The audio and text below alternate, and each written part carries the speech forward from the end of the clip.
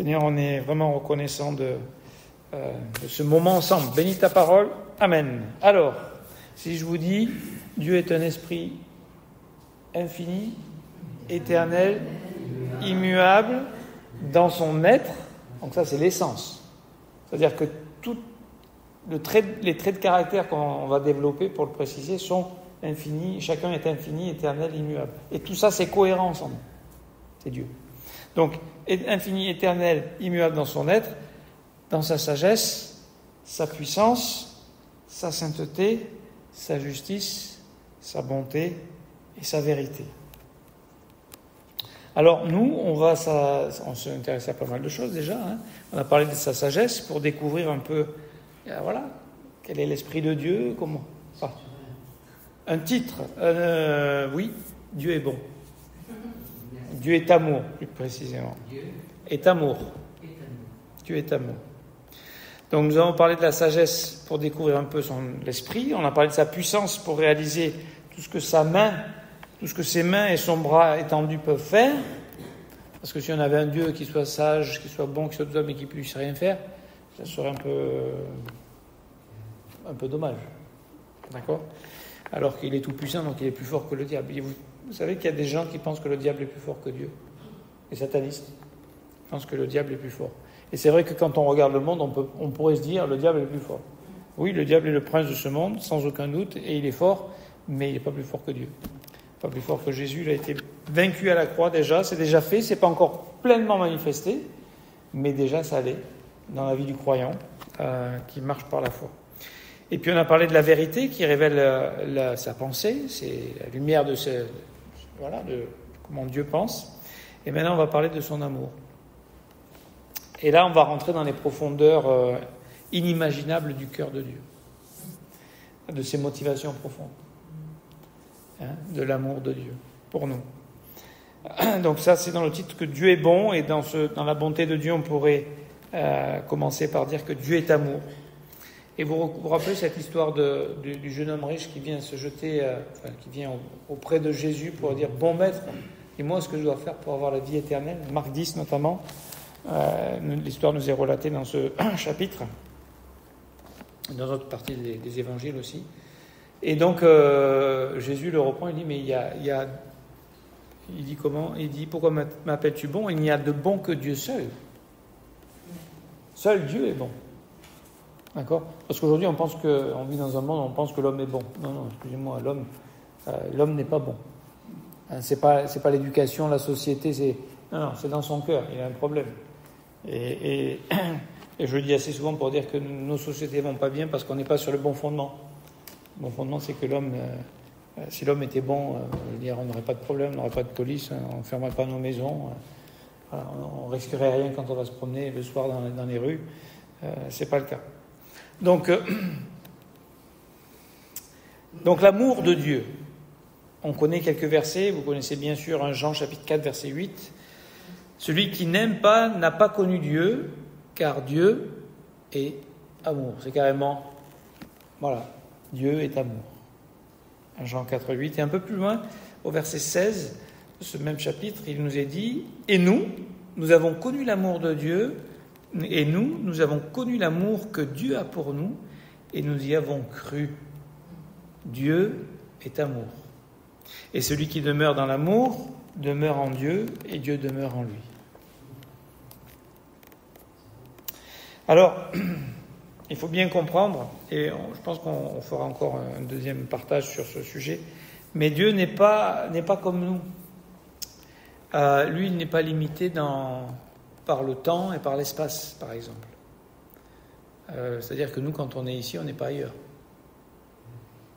Alors que Dieu peut être ici et en même temps à Paris, et en même temps avec nos frères et sœurs qui sont dans leur maison. Dieu est partout, en fait. Il est omniprésent. Et donc l'espace n'est pas un problème pour lui. Il est omniscient, c'est-à-dire qu'il sait tout. Il sait tout de nous. Mais quand je vous dis il sait tout, il sait ton passé. Ça, tu pourrais dire encore, il sait ton passé, mais il sait aussi ton futur. Et il connaît même ton présent. C'est tout. Et en fait, donc il est toujours là, à nos côtés, partout, parce qu'il est omniprésent, il est toujours là. en fait, on ne peut jamais se dérober à son amour. Mais on n'est pas toujours conscient que le regard de Dieu sur nous est un regard d'amour. Pour nous qui sommes ses enfants, parce que la Bible dit que pour ceux qui ont la vie éternelle, pour ceux qui n'ont pas cru en Jésus, la colère de Dieu demeure sur eux. Et tant qu'ils n'ont pas fait ce pas de se placer sous sa couverture, sous son salut. Et en fait, Dieu, c'est ça qui est merveilleux, c'est que la relation qu'il va et la manière dont il va traiter avec nous, c'est selon sa nature et son caractère, selon son essence, n'est-ce pas? Et donc, l'amour de Dieu se traduit par une attitude bienveillante et bienfaisante. Dieu n'est pas un maître dur. Dieu est maître bon. Et c'est pas comme ça que le monde le perçoit. L'homme naturel a peur de Dieu.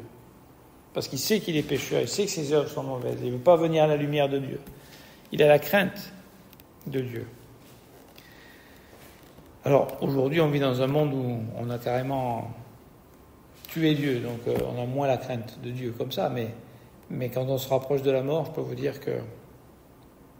Donc, l'amour de Dieu, il n'est pas, écoutez bien ça, il n'est pas changeant et incertain, comme le nôtre. L'émotion, les sentiments, le témoignage qu'on donne des fois. Jacques 1,17, Dieu...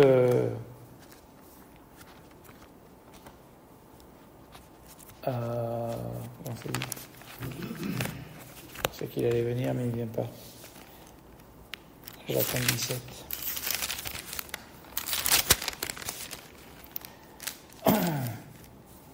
Toute grâce excellente et tout don parfait descend d'en haut, du Père des Lumières, chez qui il n'y a ni changement, ni ombre de variation. Donc nous, on est... Mais Dieu, lui, ne change pas. Et c'est pas... Alors, dans une relation entre deux personnes, quand il y en a un qui a fait une erreur, ou qui a trahi, ou qui a... nos émotions, notre relation à la personne, notre affection pour la personne, peut-être peut... il y a des gens qui s'aiment, après ils ne s'aiment plus. Et puis ça aime de nouveau, puis après ça aime plus encore. Donc des fois c'est les montagnes russes. Mais nous, comme on est des êtres humains, on projette sur Dieu que Dieu fait la même chose. Mais Dieu, c'est pas parce que tu as péché que Dieu, ça y est, maintenant il est en colère, il va t'écraser. Et la prochaine fois que tu le rencontres, il va t'en mettre une et tu vas te retrouver par terre. Non, il est pas comme nous, d'accord ? Il n'est pas changeant, il n'est pas incertain.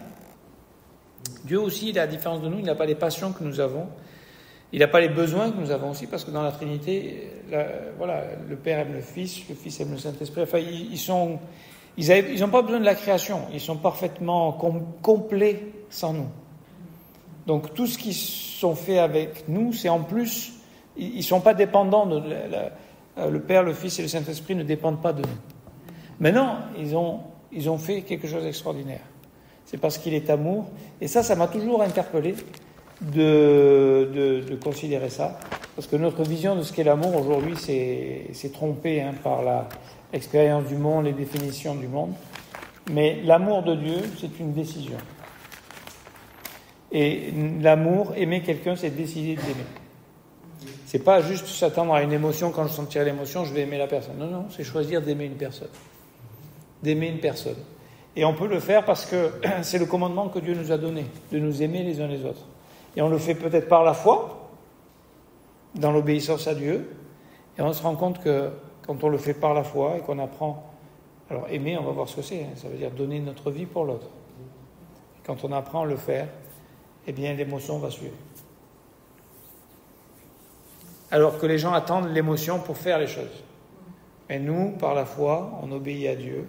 On a choisi d'aimer une personne. Quand on s'engage dans un couple, on a choisi d'aimer son conjoint. Et donc, il y a des moments, il n'est pas aimable. Comme nous, d'ailleurs, par moments. Mais ce n'est pas la question, puisqu'on a choisi. Et dans Deutéronome, chapitre 7, verset 8, il dit ceci. Et regardez, on va lire à partir du verset 7. Donc, ça sera facile à retenir. Deutéronome 7, 7. Le chiffre parfait. Ce n'est point parce que vous surpassez en nombre, donc c'est Dieu qui s'adresse à Israël. Ce n'est point parce que vous surpassez en nombre tous les peuples que l'Éternel s'est attaché à vous et qu'il vous a choisi, car vous êtes le moindre de tous les peuples. Donc c'est pas parce que t'es beau, t'es grand, t'es intelligent, t'es riche, t'es fort, t'es gentil, tu es... voilà. C'est pas pour ça que Dieu... Non. C'est parce que j'ai choisi de t'aimer. Parce que je suis l'amour. Et c'est cet amour, on va le voir, hein, il y a tellement de choses à dire. Verset 8.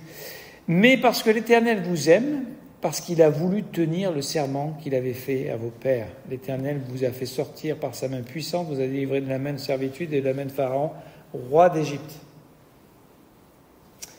Et donc il fait une alliance au verset 9. Sache donc que c'est l'Éternel ton Dieu qui est Dieu. C'est Dieu, ce Dieu fidèle, garde son alliance et sa miséricorde jusqu'à la 1000e génération envers ceux qui l'aiment et qui observent ses commandements. 1000e génération. 40 ans une génération, 40 000 ans. On n'a pas passé encore les 40 000 ans. J'espère que le Seigneur ne revient pas après 40 000 ans quand même. Mais ça veut dire que, voilà, ne vous inquiétez pas, la miséricorde, la fidélité de cette alliance jusqu'à la 1000e génération. C'est-à-dire que dans la descendance, et je pense que ça c'est peut-être une chose difficile dans la vieillesse, c'est d'être faux, de voir que notre descendance déjà n'est pas tout à fait ce qu'on aurait espéré qu'elle soit. On voit le déclin de la société, on voit l'influence, on voit une jeunesse qui est en perte de repères, de valeurs, et donc forcément, voilà.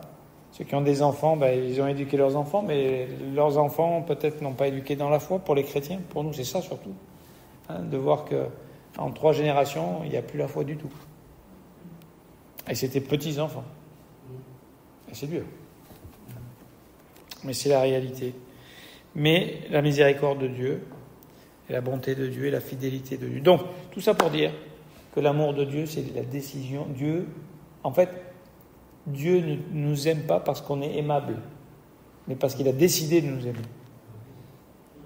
Donc, ça veut dire que ça ne dépend pas, l'amour de Dieu envers nous ne dépend pas, d'abord, il n'est pas changeant ni incertain, mais il ne dépend pas de nous, de notre réussite ou de notre échec. Dieu nous aime pareil. D'accord ? C'est un amour immuable. Donc, en fait, Dieu n'a pas les passions comme nous, donc il n'est pas en demande de cet amour. Nous, on est en demande d'amour, n'est-ce pas ? On est en attente d'amour. Mais il est quand même sensible, conscient de nos limites, de notre faiblesse. Bien, Dieu se rappelle, se souvient que nous sommes que poussière. Donc, et ce qui est magnifique, c'est que les compassions de Dieu se renouvellent chaque matin. Donc, ça veut dire que Dieu, il n'est pas centré à « j'ai besoin », non, il est en train de chaque jour donner. Ce Dieu infini, il peut donner chaque jour. Nous, au bout d'un moment, comme on est fini, on n'a plus rien à donner. Mais Dieu dit « t'es pas fatigué de moi ?» Non, pas fatigué. Jamais. Jamais lasse. Mes compassions sont nouvelles chaque jour. La journée, elle n'a pas été aussi bien qu'on n'a pas fait les bons choix. Mais voilà, c'est pas Dieu, maintenant c'est bon. Je te mets sur la touche, c'est fini pour toi. Et puis l'amour de Dieu ne ressemble pas à celui des hommes. Ce n'est pas une aspiration vaine vers l'inatteignable. Tout le monde rêve de l'amour, du grand amour. Mais ça, c'est que dans les films. C'est pour ça qu'on aime les films. Mais dans la réalité, c'est pas comme ça, n'est-ce pas ? Donc Dieu est bon, Dieu est vrai. Alors, question. Comment savons-nous que Dieu est amour et qu'il nous aime ? Et je vais vous donner 2 sources et 2 expériences qui sont les conséquences de la foi dans cette démonstration que Dieu nous fait de son amour. Première source, c'est la parole objective de Dieu qui le déclare et le démontre par des actes. Parce que Dieu, c'est facile de dire, nous on est très fort pour dire les choses, mais pas les faire, ou pas l'être. On peut se raconter des choses sur nous, sur les uns et les autres, mais c'est pas la vérité. D'accord ? La flatterie, ça existe. Les gens se flattent aujourd'hui et donnent une bonne idée, une bonne image d'eux-mêmes qu'ils n'ont. Et quand tu connais après la personne, tu dis oh là là, je savais pas. Les gens se fréquentent et ils pensent que l'autre c'est le prince charmant et l'autre c'est la princesse charmante, et puis quand ils vivent ensemble, oh là là, mais je savais pas tout ça. Mais qu'est-ce que la parole de Dieu dit? Tu épouses un pécheur. Donc il ne faut pas s'étonner à un moment donné que tu découvres que l'autre, il a des faiblesses, il est ce qu'il est. Il n'est pas parfait. Donc Dieu ne nous aime pas comme il demande de le faire, de ne pas nous aimer simplement en parole, avec la langue, mais en action et avec vérité. Donc Dieu nous déclare qu'il est amour et qu'il nous aime, et il le démontre par des actes. D'accord? Et j'ai pensé à 3 choses en particulier. Le premier, c'est l'incarnation. La démonstration de son humilité, de son abaissement jusqu'à nous. Parce qu'il aurait pu rester confortable là-haut. Vous savez, on peut faire des belles paroles, mais quand il faut y aller, c'est pas la même chose. Quand ça nous engage, quand ça nous coûte, l'amour coûte. Et donc ça, c'est la première chose. Ensuite, la démonstration de sa vie de serviteur, de fils de l'homme parfait, d'accord, pour être un sacrifice parfait, obéissant en toutes choses à son Père. Et c'est pas, tout était facile, il n'était pas sur un tapis rouge. Il a vécu la même vie que nous, tenté en toutes choses, Hébreux 4,14. Donc, et pourtant, il est allé jusqu'au bout, jusqu'à Philippiens 2,8, jusqu'à la mort de la croix, pour des gens qui l'ont crucifié, en leur disant « Père, pardonne-leur, ils ne savent pas ce qu'ils font ». Voilà jusqu'où est allé l'amour de Dieu. Et donc, c'est le troisième point, c'est l'amour qui est démontré à la croix. Lui, le juste mourant pour sauver les injustes. 1 Pierre 3,18. Je vous donne les références simplement. 1 Pierre 3,18. Romains 5,8. Mais Dieu prouve son amour envers nous, en ce que lorsque nous étions encore des pécheurs, Christ est mort pour nous. Donc Christ n'est pas mort pour des gens bien, il est mort pour des pécheurs. D'accord? Donc c'est pour ça qu'il est venu et qu'il est mort sur la croix. C'est parce qu'on était pécheurs, qu'on était séparés, qu'on était perdus, qu'on était sans espérance. Et lui, il est venu nous offrir une espérance. Et bien sûr qu'il n'y a pas de plus grand amour, Jean 15,13, que de donner sa vie pour ses amis. Et c'est ce que Jésus a fait. Il ne l'a pas simplement dit. Donc là, c'est la première démonstration. D'accord? La parole et les actes de Jésus-Christ. Démontrés par les actes de Jésus-Christ. Maintenant, le deuxième élément qui nous permet de savoir que Dieu est amour et qu'il nous aime, c'est l'œuvre du Saint-Esprit en nous. Et ça, c'est pas négligeable. Donc, bien sûr, c'est Christ, sa victoire sur la croix, sur le péché, sur la mort, la rédemption, réconciliation qu'il nous offre, sa justice nous est donnée aussi. Et donc maintenant, plus rien ne nous sépare de Dieu, et on est devenu enfant de Dieu. Et Dieu nous aime comme un père aime ses enfants. Et la démonstration pour nous, je dirais, émotionnelle, relationnelle, qui va faire toute la différence, c'est le Saint-Esprit. C'est la nouvelle naissance. D'accord? Et c'est ce que Jésus dira en Jean 14,16. Il faut que je m'en aille et je vous enverrai le Saint-Esprit pour qu'il demeure éternellement avec vous. Et donc, on est devenu le temple du Saint-Esprit, 1 Corinthiens 6,19. On a été rachetés. Et maintenant, ça veut dire que la troisième personne de la Trinité vient faire sa demeure en nous. Vient rallumer l'esprit qui était éteint et qui était séparé à cause du péché. Il n'y avait plus de communion avec Dieu. Maintenant, la communion est restaurée. Et le Saint-Esprit est là. Et il demeure éternellement avec nous. Et même Paul dit dans Éphésiens 1, 13 et 14, en lui, vous aussi, après avoir entendu la parole de la vérité, l'évangile de votre salut, en lui vous avez cru. Donc ça commence par ça. Et vous avez été scellés du Saint-Esprit qui avait été promis. Parce que le Saint-Esprit, il attendait. Il y avait des promesses qui étaient faites, que Dieu enverrait son esprit et il descendrait. On voit ça dans Actes chapitre 2, au verset 17. C'est les promesses de l'Ancien Testament que Jésus avait données dans l'Ancien Testament. Dans les derniers jours, dit Dieu, je répandrai de mon esprit sur toute chair. Vos fils et vos filles prophétiseront. Vos jeunes gens auront des visions et vos vieillards auront des songes. Donc le Saint-Esprit qui vient habiter en nous. Et c'est le gage, verset 14, de notre héritage pour la rédemption de ce que Dieu s'est acquis à la louange de sa gloire. Donc c'est à la fois le sceau et le gage. D'accord? Donc le sceau, ça nous donne sécurité. Le gage, pour nous, c'est quand on a le Saint-Esprit en nous, on sait qu'on a le Saint-Esprit en nous. On sait qu'on est enfant de Dieu. Et on va le voir. Ensuite, ce qui est intéressant à noter, c'est que l'esprit n'a pas été vraiment... Dieu n'est pas chiche. Et chiche, ça veut dire, j'ai 10 euros, donc tiens, je te donne, toi, 50 centimes, à toi 20 centimes, à toi 10. Non, Dieu, il est infini. Donc, il n'a pas donné le Saint-Esprit en petites portions. C'est pas du fromage découpé, emballé en petites portions. Il donne tout. Ouais, je veux dire, et c'est pas juste l'idée d'être... dans titre 3.5, il est dit, verset 6... Il a répandu sur nous avec abondance par Jésus-Christ notre Sauveur. Il a répandu quoi sur nous? Le Saint-Esprit, par lequel on a été régénérés. Verset 5. Donc, il n'a pas donné en petites portions. Moi, je te donne un tout petit peu de mon esprit. Enfin, ça nous suffit un tout petit peu de son esprit, d'ailleurs, mais il a donné le Saint-Esprit.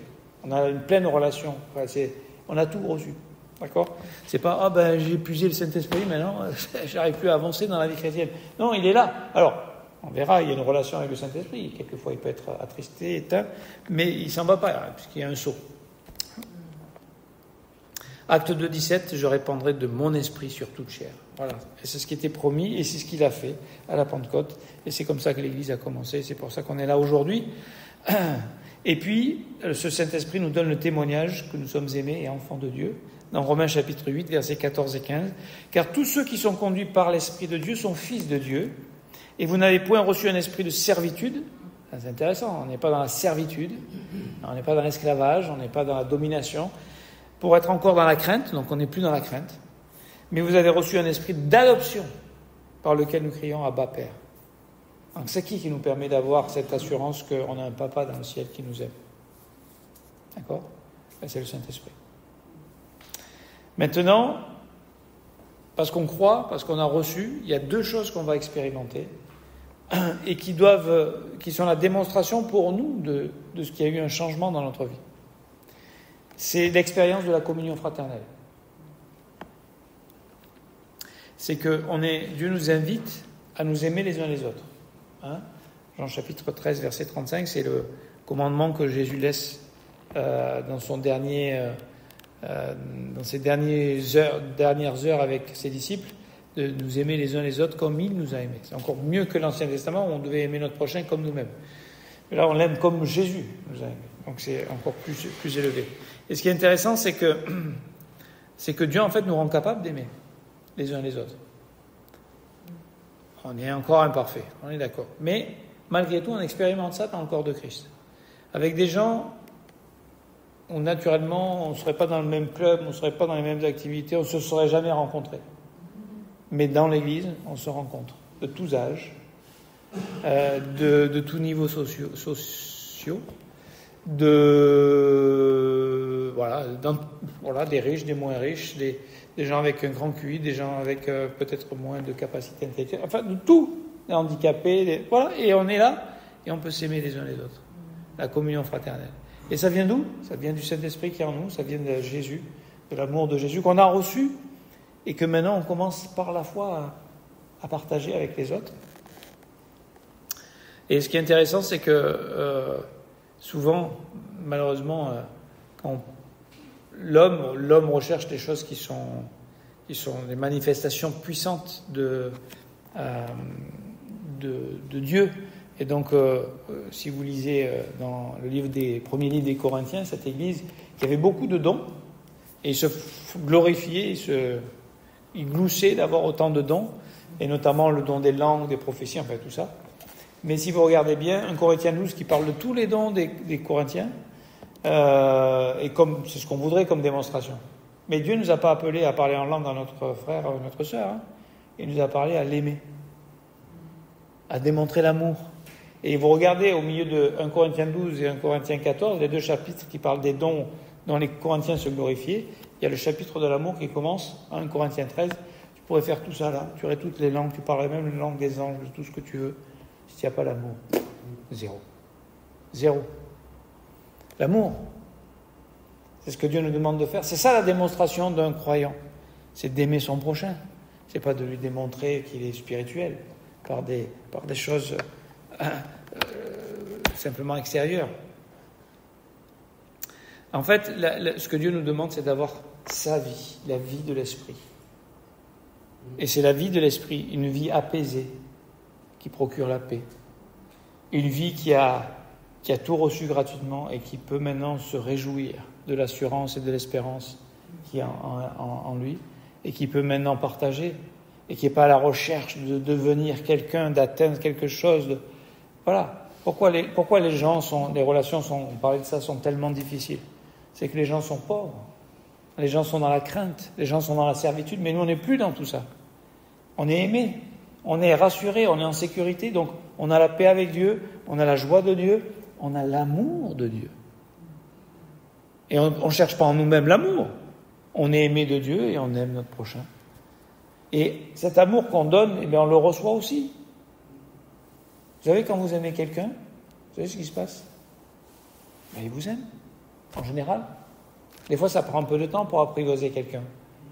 Mais au bout d'un moment, ben, il vous aime, il vous respecte. Pourquoi les gens aujourd'hui, c'est compliqué? Parce qu'ils ne s'aiment pas l'amour. C'est tout de suite la colère, la haine, la rancune, la justice propre. Tu m'as fait du mal, c'est l'accusation. C'est tout ça. Et nous, ben, on a l'amour de Dieu.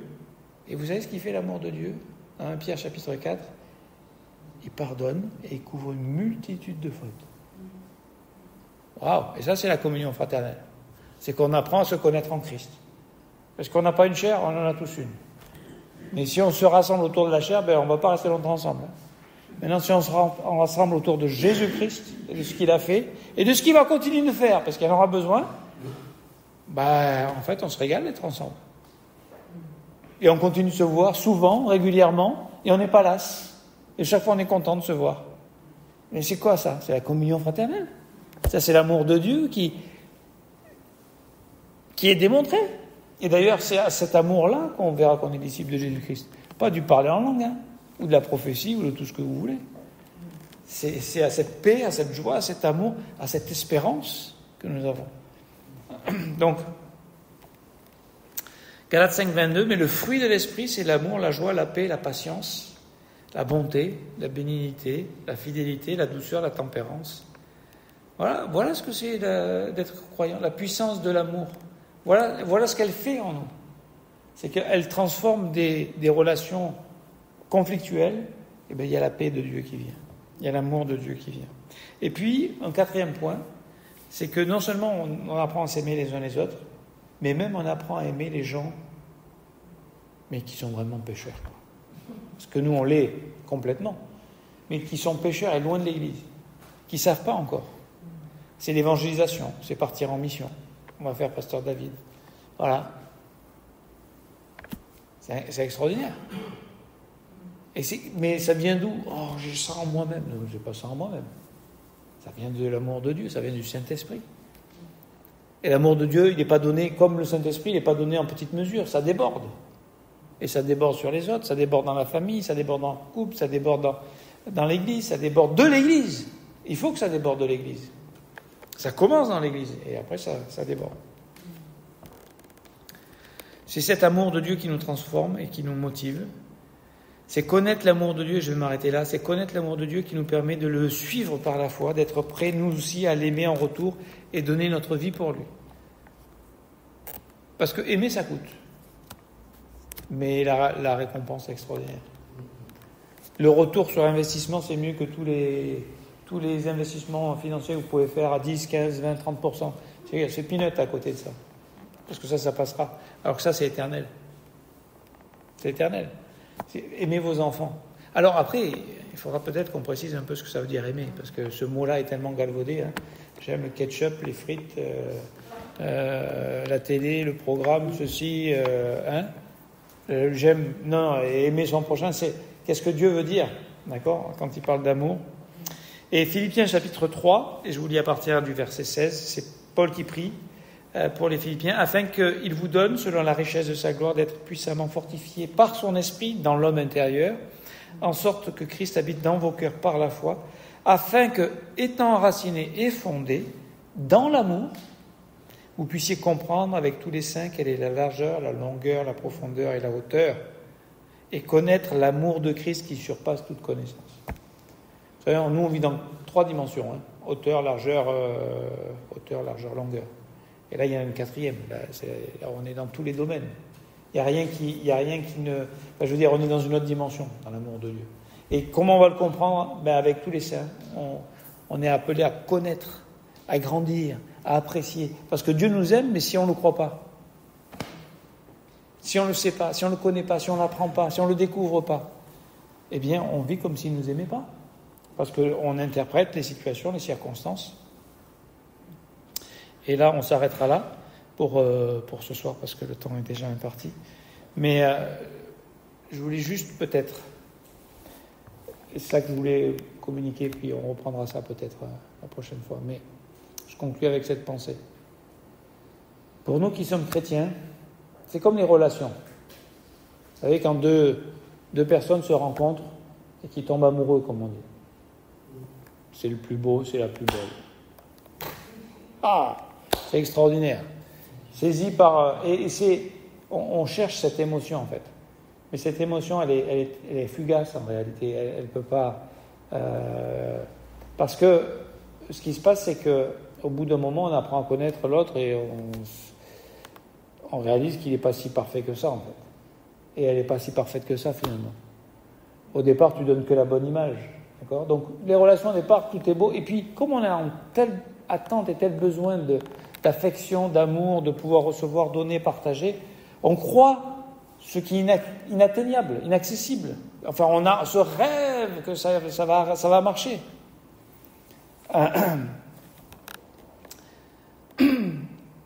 Et bien avec Dieu, voici la comparaison que j'aimerais vous proposer pour conclure.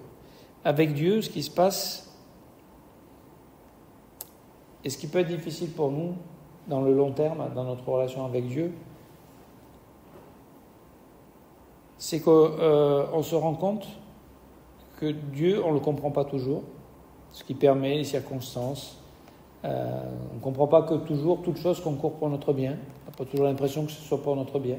Et pourtant, Romains 8, 28, c'est la promesse de Dieu, toute chose concourt pour notre bien, même les choses qui, à première vue, ne sont pas forcément favorables, à première vue, mais l'épreuve est favorable pour nous. Mais ce qui est difficile, c'est que nous, on a du mal à croire que Dieu nous aime. Parce qu'on voit nos limites, on voit nos faiblesses, on voit nos manques, on voit notre manque de fidélité, on voit notre manque de reconnaissance, on voit qu'on n'est pas à la hauteur de cette perfection qu'on attend et qu'on espère. Et on peut se dire, mais comment est-ce que Dieu peut encore m'aimer ? J'ai toujours ce même problème, ça fait 20 ans, ça fait 30 ans. Je lutte toujours... Là, je parle de Romains 7, 25, 24, où Paul dit « Misérable que je suis, qui me délivrera de ce corps de mort ?» Et si on s'arrête là, eh bien, on peut passer à côté de notre course. Le combat, c'est de garder la foi. Le combat, c'est de croire que Dieu m'aime, malgré que je ne sois pas aimable. Et bien souvent, je ne le suis pas. Et plus on avance dans la vie, plus on le comprend qu'on n'est pas aimable. Et plus on se demande, mais comment est-ce que Dieu fait pour m'aimer ? Mais parce que ça ne dépend pas de toi. Ça vient de lui. Cet amour, il est inconditionnel, il est éternel, il est immuable, il est infini. Il ne dépend pas de tes succès, de tes erreurs. Ça ne veut pas dire que Dieu est d'accord qu'on vive dans le péché, bien évidemment, puisque le péché nous coupe de sa communion, de sa présence. Mais l'amour de Dieu ne change pas. Il n'est pas comme nous. Il n'est pas incertain. Un jour, tu te lèves du mauvais pied, j'aime personne. Mais Dieu ne se lève pas du mauvais pied. D'abord, il ne se lève jamais, il ne dort jamais. Mais vous comprenez ? Et donc ce soir, c'est simplement, moi, je voulais m'encourager avec ça. C'est que Dieu me connaît. Dieu m'a sauvé. Je suis son enfant. Et il m'aime. Peu importe. Et c'est le combat de Paul. J'ai combattu le bon combat, j'ai gardé la foi. Ça veut dire quoi ? De continuer de croire que Dieu m'aimait. Que Dieu était amour. Comme il l'a dit, comme il l'a démontré. Hein, il a prouvé son amour envers nous. Romains 5:8. On prouve son amour que lorsqu'on était encore pécheurs, Christ est mort pour nous. Donc Dieu nous aime, c'est pas de doute. Alors est-ce qu'on le sent toujours ? Est-ce qu'on a toujours le Saint-Esprit comme lorsqu'on est né de nouveau, on a goûté là ? Parce que vous savez, quand on était de nouveau, on était perdu. On était dans le profond. Et tout d'un coup, il y a une espérance qui s'est levée, il y a une lumière qui s'est levée. Et il y a quoi ? J'ai de la valeur, Dieu m'aime, Dieu n'est pas contre moi, Dieu ne va pas me rejeter, Dieu m'accepte. Eh bien, il faut toujours penser comme ça. Dieu nous accepte encore aujourd'hui. Amen. Voilà, que Dieu vous bénisse.